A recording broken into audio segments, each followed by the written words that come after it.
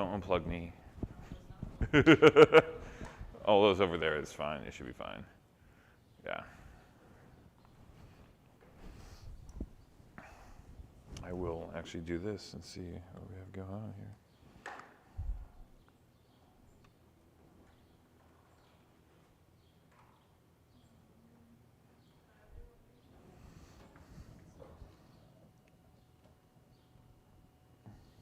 What's that?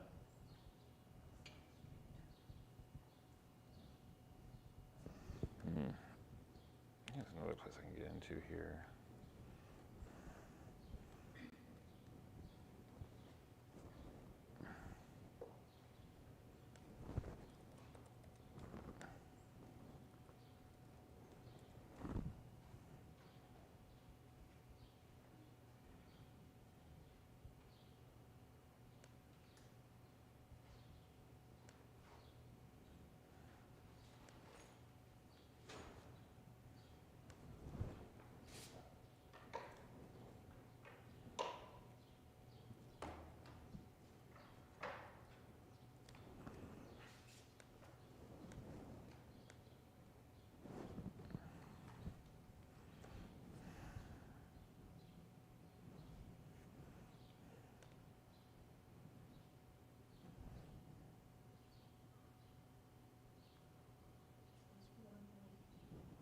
What's that?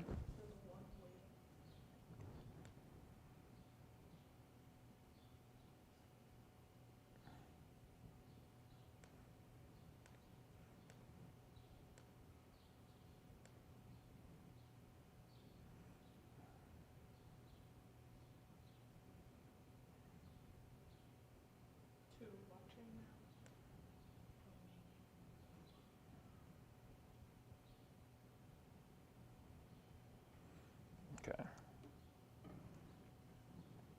Here we go. Okay, so here's the... How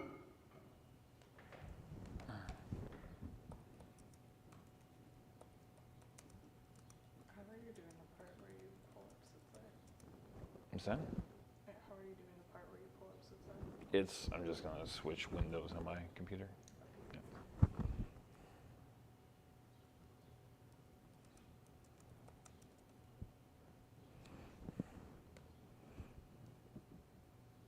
Okay, here we go. So you have the chat there that you should be able to see people like coming in. You can see how many people are here. You can see, okay, so here. Let's see here. Stream seems to be going honky-dory.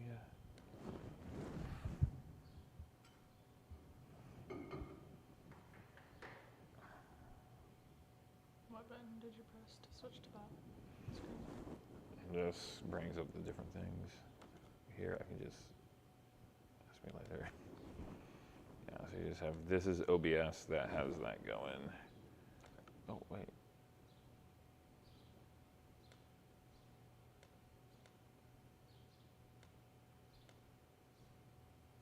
Why is that not video capping? Hold on here, we might have an issue here.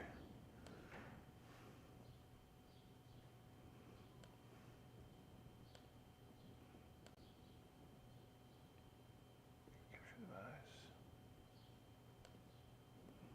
Okay. Here we go, okay. That's way huge. We don't want it to be way huge, we want it to be the right size.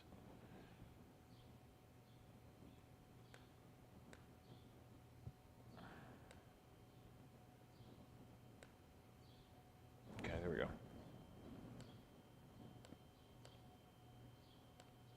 Okay. It is 1:30 now, so we can go. Well, I was going to give you a second. Like, you're a bit behind. Okay.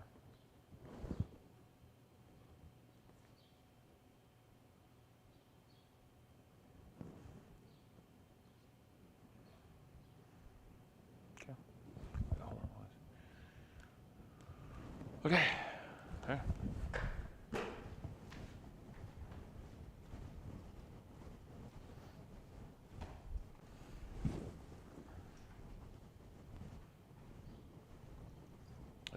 you see me in there when I, in there.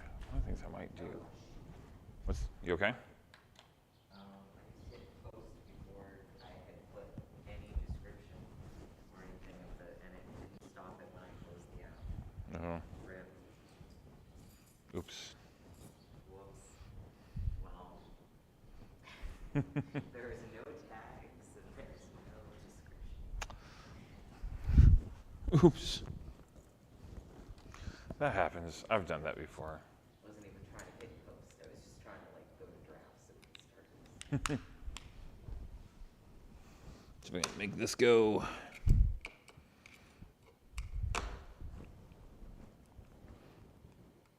Yeah, that works. Okay.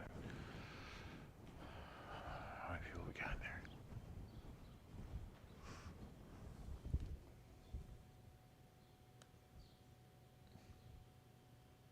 Okay. A few people. Come out there. Hey, Lloyd, how's it going? Good, how are you? Doing okay. Okay.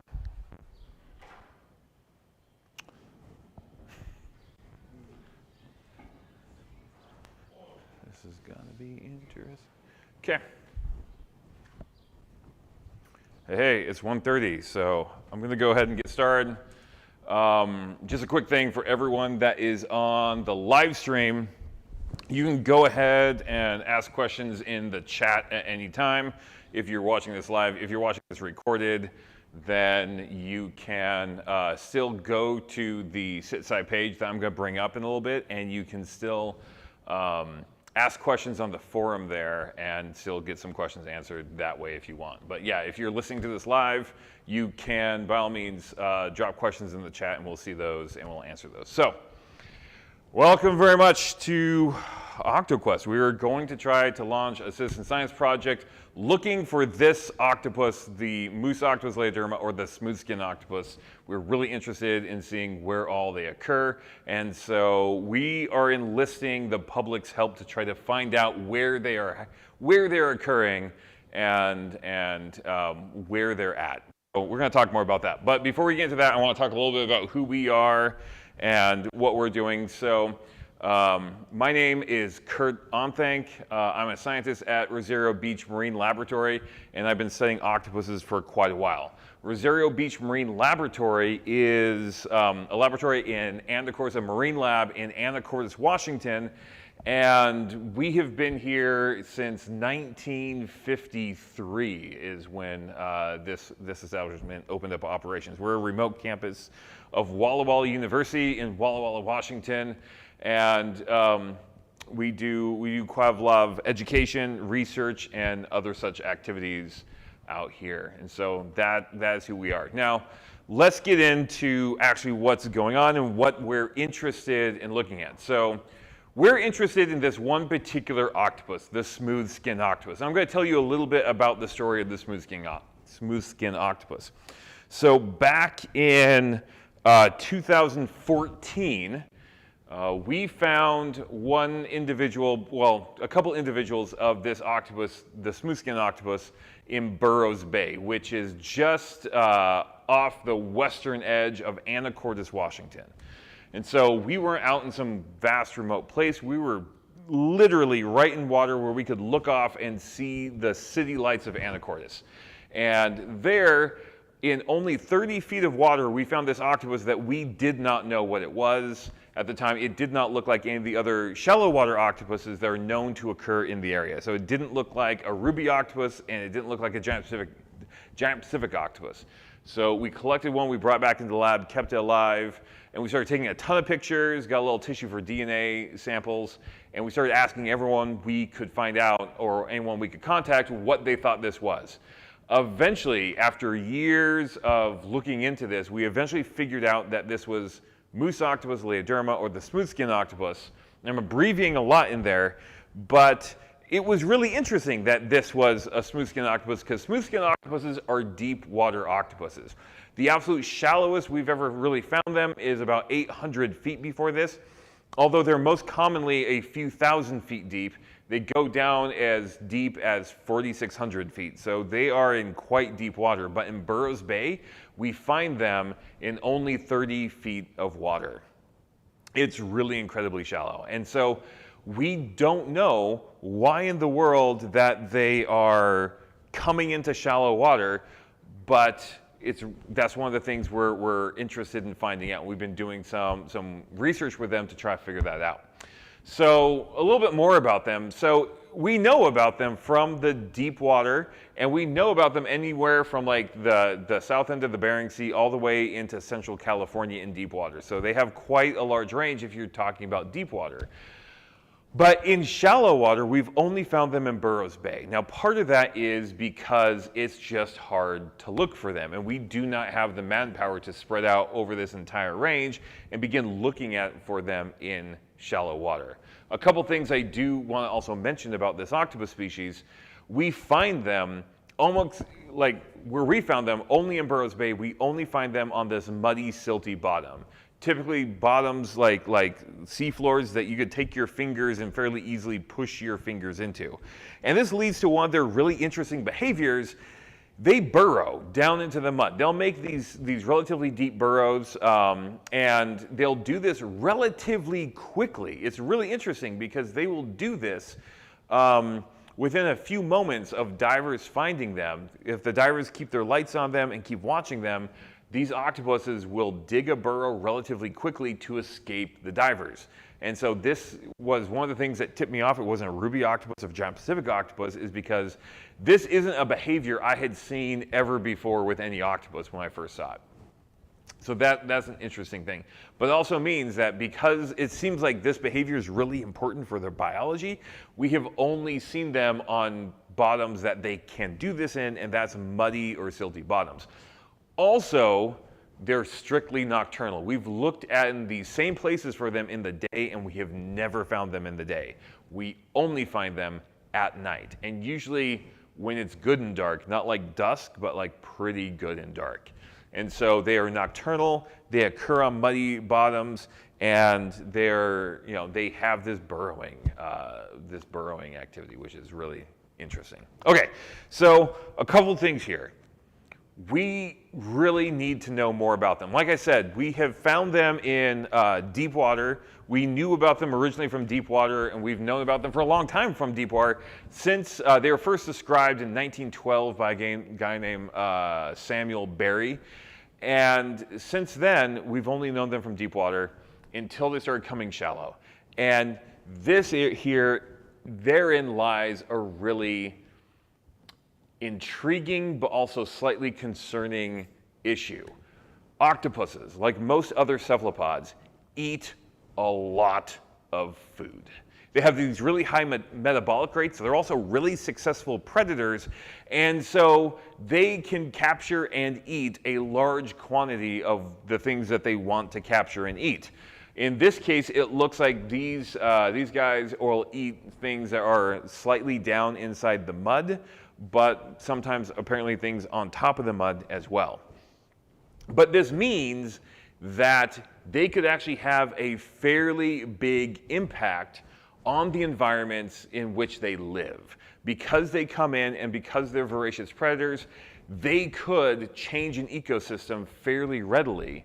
And if that is the case, we need to know about it. Now, one thing I do want to mention, I did find, I talked about, we found them in 2014, I found a few of them since then.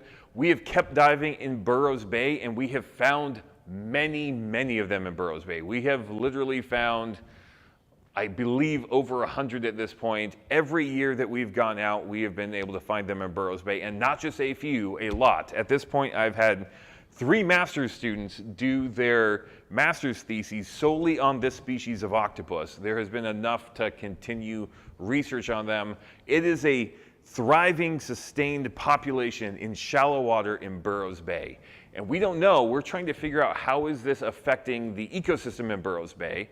How are they interacting with that? But another thing that we need to know, and really badly, is where all are they coming shallow? And that's really what this citizen science project is about. We are interested in enlisting the public's efforts to help us figure out where does this octopus occur, help us figure out are they in other shallow water bays, help us get pictures of them, report sightings of them, things like that. So that's really what we're looking at doing, and that's why we're launching this citizen science project. Help us find this octopus. And so let me talk a little bit about how we can do this, how you can contribute to this. I'm going to do this. We're using a platform called CitSci, where you can report sightings of this octopus. And so what you can do is, actually, let me not bring that one up first. Let me bring this one up. You can come to this URL. It is, if you can't read that there, that is citsci.org/projects/OctoQuest. That's right there. citsci.org/projects/OctoQuest. And this is a place in which you can report sightings of this octopus. And honestly, I don't really care how the sightings are made. I know at least one person is interested in using an ROV, like a small commercially available ROV, correct? To look for these. I imagine some people would be scuba diving. That's how we initially found them. I can imagine some people being free divers or something else like that. I'm not really caring how the observations are made. I just am really interested in people finding them and letting us know where they occur. And so what you can do is you can go to this webpage and begin donating or giving us your sightings of this octopus. When you first come in, you have to sign up to get for an account before you can add any data. So you come up here to sign up, click on that, and it would give you the information. You can go ahead and go through this and fill out your information, make an account with CitSci. So that is how you would go about doing it. Now, once you are signed up, when you log back in, you will have a page that looks a little bit like this. And the really important one here is adding, it's not showing it. Oh. Okay, let me see here. Okay, not showing it. Thank you for, let's fix that. Why did you stop? Okay, let's do this. Has it been doing that for a while? Okay, hold on. It showed you on the home page and then it got stuck. Okay, let's do this again. Okay, video capture. Okay, let's do a video capture device 3. We're going to make it.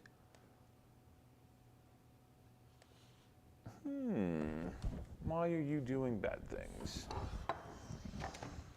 I'm going to unplug that. I'm going to replug it back in. I'm going to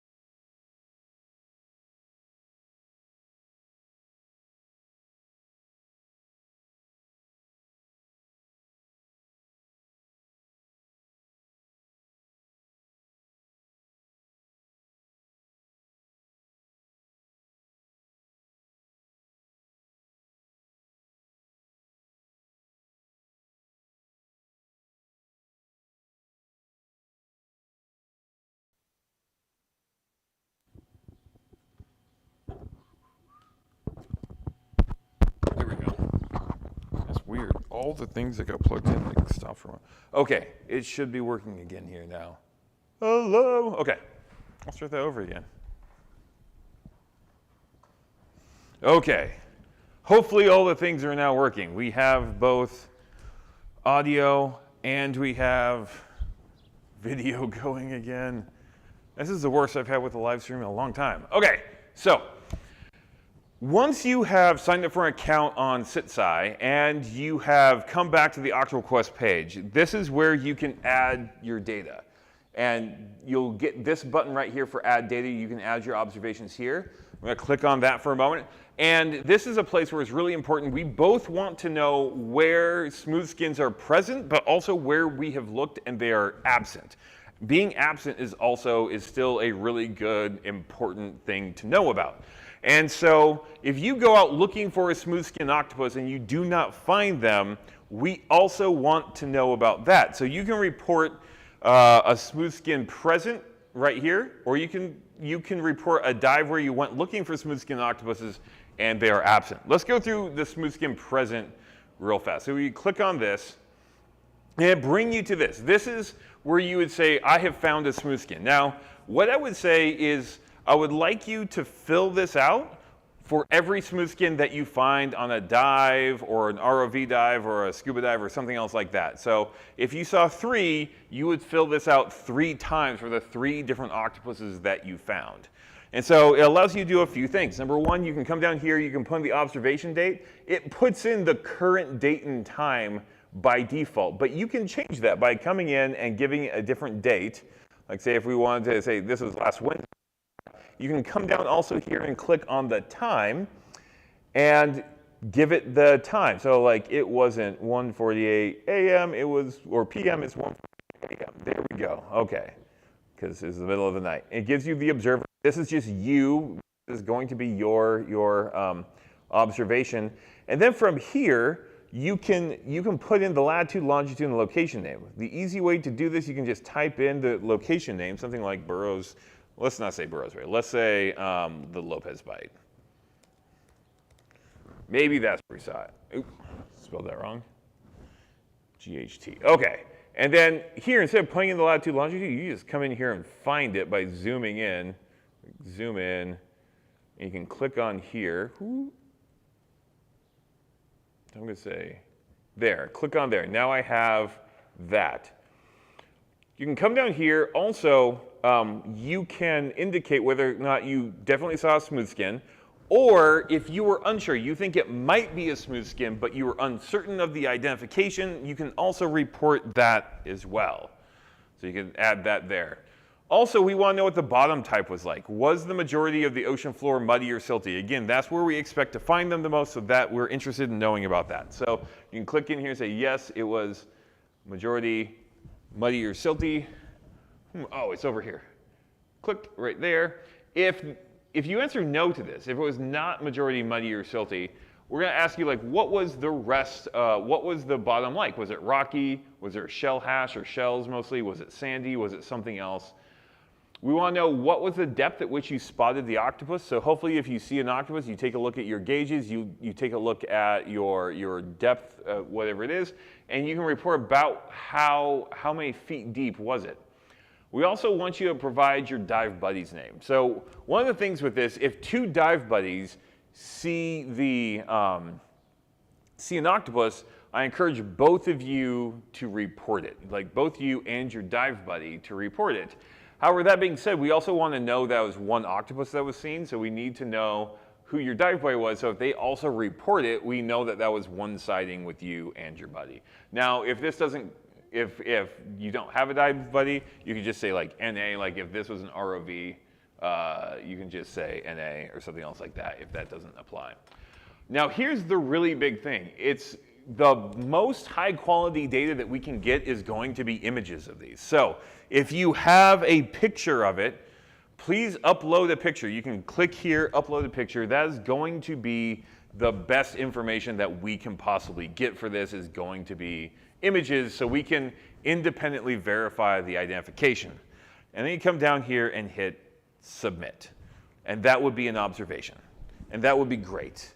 Okay, so backing up, you can also report an absence. Now, in this case, I'd only ask you to report one absence per dive, because if you dove, you did an ROV survey, you did something else, and you didn't find any, it'd be also useful to know if they were absent. And so here's an absence survey. Again, you do the same thing, the time, the location, and the position, and then you just go ahead and select here that smooth skins were absent. And then we're going to ask you the bottom type again. So like, what was the majority of the ocean floor muddy or silty? If it was no, you say what else it was. And then we also give the depth of your dive. We want to know what is the deepest depth of your dive for that dive. And then if you had a dive buddy again, who was that? Or again, if that doesn't apply, hit NA and again submit. So again, you can submit. I've gone looking for a smooth skin octopus. I did not find one. So here we go. Here's an absence. Okay. Let's go ahead and go back to here. So again, we're really interested in getting this. So because we're so interested, we are making this into a competition to see who can find the most smooth skin octopuses by the end of the month of September, by September 30th. This, again, is just going through. Oh, I should also, let me back up here for a second. Also, there's a forum there as well on that page. So once you signed up, there's a forum right here. You can go on here and ask questions. We'll make announcements on here as well if you subscribe to the forum. Again, you can do that right up here. Then you'll know when there are new posts, people ask questions, we make announcements, other things like that. Okay. So back to this. So, one more thing about the sit site. We also have a resources tab here. We have some stuff. This video is going to be posted in there. Our Octopus ID guide that we developed just for this is in here as well. So if you go to that, we have our Octopus ID guide here. We have more information about smooth skins. We have some other information there that you can go check out as well. Okay. So, the competition. This is where hopefully something that will motivate some of you to actually put some time in and decide to dive. Maybe dive in some places you would not have otherwise dove in or sent an ROV to, or maybe, at times you wouldn't, because again, one of the problems and one of the reasons I think we haven't really noticed smooth skin octopuses coming shallow before now is that they occur on muddy bottoms at night, a place in which people generally do not want to dive. And so in order to solicit help from the public to be able to find this octopus species and find out, are they coming shallow anywhere else? Is there anywhere else in which they could potentially be impacting the environment? We are launching a competition that goes through the end of next month, through September 30th, to see who can find the most of them. Okay, so first off, this should go without saying, but cheating, breaking of the rules eliminates you from competition. That includes reporting a single sighting as multiple sightings, making up sightings, other things like that. If we found out you did that, you'll be eliminated from the competition. The other thing is we don't take observations from Burroughs Bay. We know that we're trying to find, the point of this project is to find out other places in which they're coming shallowly instead of Burroughs Bay. And so sightings from Burroughs Bay are not useful to us, so Burroughs Bay is off limits. That being said, you can find this octopus species in Burroughs Bay. And so if you want to go practice looking for smooth skin octopuses, going to Burroughs Bay is a great place to go do that, and you can find them there. But we are not going, for the purposes of the competition, we are not taking, those won't count towards the competition. Okay, again, you and your dive buddy, if both you and your dive buddy or several dive buddies see an octopus together, you should all report it individually so that you all get credit for it. But I also want to know your dive buddies as well, so we know that wasn't 3 octopus sightings, is 1 octopus sighting made by 3 people. But you all, or 2 people, or however many were in your dive party, But that being said, you will all get credit for spotting that octopuses. And then again, these observations need to be made by you, not just like you heard about them somewhere or something else like that. We need to actually have you look at it. Okay, so what are the prizes? We actually have 3 different prizes that people could get. So first off, the highest prize, the first prize is the most smooth skin octopus individuals photoed. And for that, you're going to get the person who photographs before September 30th, the most smooth skin octopuses outside Burroughs Bay, will have a free 2-night stay at Rosario, plus an Octonation hoodie and a sticker set. Then we also, but here's the thing, we also want presence absences. We also want your sightings if you don't have photos as well. It's just that the photos are the most useful, but these other ones are useful as well. So the most smooth skin sighting reports with or without photos will get one of the runner-up prizes, which is going to be an Octonation gift bundle. This is going to be an Octonation shirt, an Octonation mug, and then an Octonation sticker set. And was there something else in there? I think those were the things. And the same thing will also be for this other prize, the most smooth skin presence or absence report. So again, I am interested in absence reports as well. So the person who has both the most combined presence and absence reports will also get the Octonation gift bundle. So that's what we have going on for that. Okay. That is the competition. Again, ends on September 30th. We are going to part these out to different people if we can. So again, if you win this one, we'll go to the next person for number 2 and the next person for number 3. Okay. With that, are there any questions? Do we know what their paralarva look like? We do not. However, they probably, based on phylogeny, do not have paralarva. They probably have benthic young. And so that would be a reason we do not see, like we haven't had reported their paralarva. There are probably large egged octopuses with young that go directly to the benthos and not sticking up. Now again, no one has seen their eggs or their babies before. And so we don't actually know. That's just based on their closest living relatives. And so we don't know. Yeah. Yeah. And babies would be fine. If you had a verified paralarva, that would be okay too. I'd take it. But at that point, since we don't know what they look like, that'd be very difficult, I guess. Yeah, yeah. Okay. So, do we have any questions off the live chat? Okay. Very good.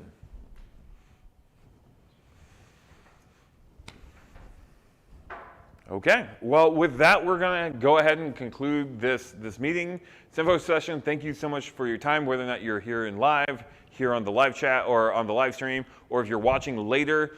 Again, you didn't have to be here for any of this to take part in the competition. You just have to go sign up at SitSci and start uploading observations, going out and looking for these critters. Yeah. And then one more time to give you a picture of what they look like. Oh, by the way, let me just, since we're here, go through again what they look like and real quick go through how they're different than other octopus species. So a couple things that you can see here. First off, their color is generally just kind of all the same over the entire octopus, and they do not have, like it's kind of like this peachy kind of color to them. It will not be like mottled or variable. They won't have stripes down them. They won't have other stuff like that. They cannot change their color very well. Like you can see on their arms, they can get slightly lighter or slightly darker, but it's barely perceptible. So if you see them changing colors, it is not a smooth-skinned octopus. They also do not have an ink sac.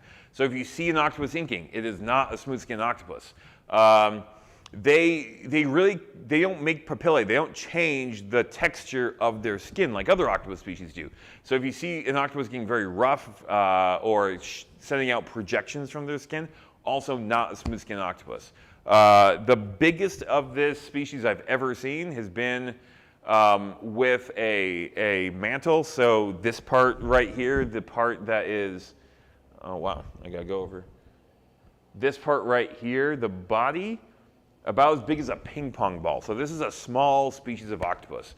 We typically see them at night just kind of walking around on the bottom. like that. Just kind of wandering around. Yeah, so that's kind of a quick description of the smooth skin octopuses.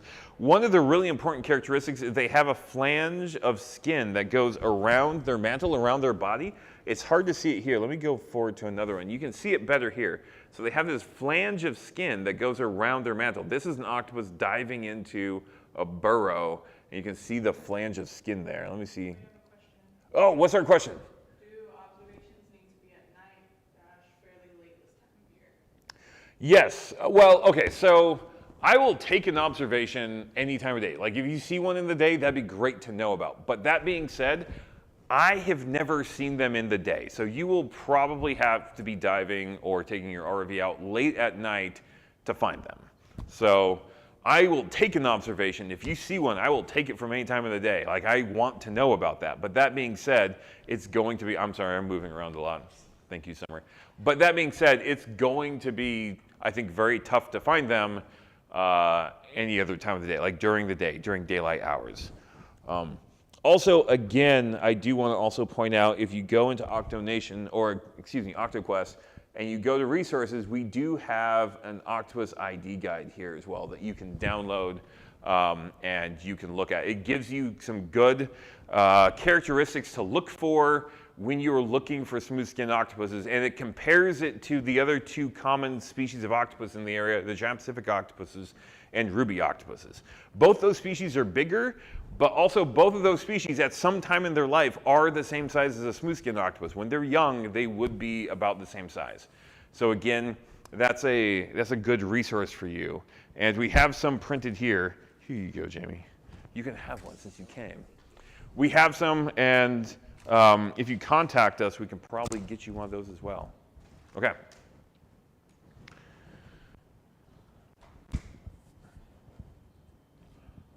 Any other questions on the live chat? Okay. Well, again, we're going to be posting this up onto the recording of this, posting this up to the OctoQuest resources. So if you weren't here, you can find it there as well. I guess if you weren't here for me to hear that. Oh well. Anyhow, okay. Thank you very much for your time, and good luck hunting this octopus.